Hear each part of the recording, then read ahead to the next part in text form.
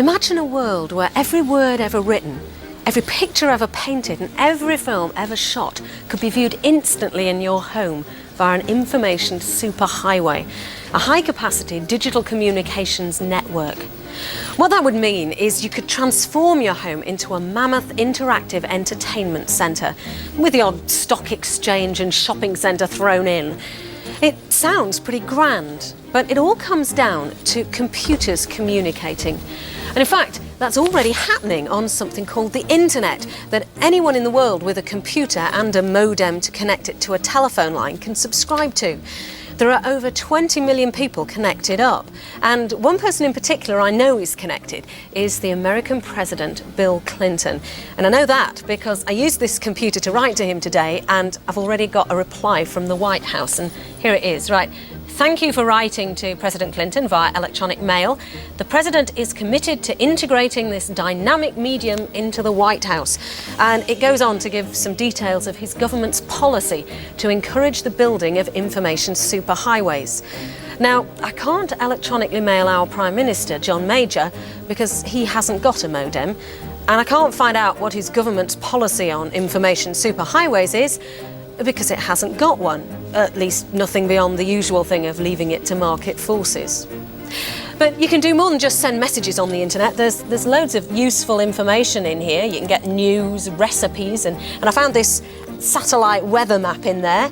And there are interactive services as well. This is a shopping centre, and here it says it's just off the information superhighway. That's its address, and inside there's a flower shop, and it shows me the picture of the flowers I can order and tells me how much they cost.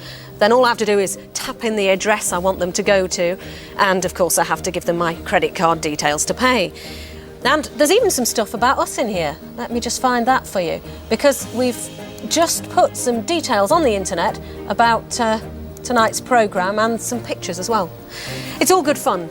But what limits the potential of all this is that it's relatively slow. You can't play a video down this. And in fact, most of that stuff we've had to receive in advance. That's because copper telephone lines are really designed for people to talk down, not for computers.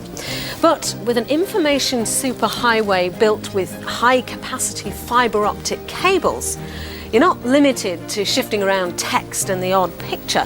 You can send high-quality sound and video as well. So, when are we going to get all this then?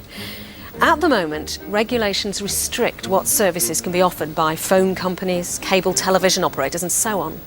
But in America, for any company who's prepared to invest in an information superhighway, there's a new law which means they can transmit anything they like on it: video, music, telephones, data, the lot, as long as they let other people provide services on it too. But it's not just a licence to print money. The companies will also be compelled to connect every classroom and library free of charge, so society stands to benefit as well. Here in Britain, though, restrictions still apply. BT, for example, isn't allowed to do cable TV, but they're developing some interesting ideas to get what they can out of their existing copper phone lines, like video on demand. We've got a setup here to show what they're aiming at. The idea is, from the comfort of your armchair, you'll choose whatever video you want, and it'll be played down your phone line to your own TV. It'll not just be movies though, there'll be other TV programmes too, like this travel programme I've selected here. Now, the other thing is, because it's interactive as well, say I was wondering where he got his suit from, it'd not only tell me that, but I can even buy one here and now via the inevitable home shopping option. Armani, fancy that. But this video on demand is a tricky thing to do without the extra capacity of the fibre optic cables. I, for one, will be impressed when the real thing's up and running down phone lines. But it could well be the first taste most of us will get of what'll come rolling down the information superhighway. It's ironic that it'll come on old phone lines, but it could stay that way unless Britain develops its own vision of what sort of information superhighway it wants and how to get it.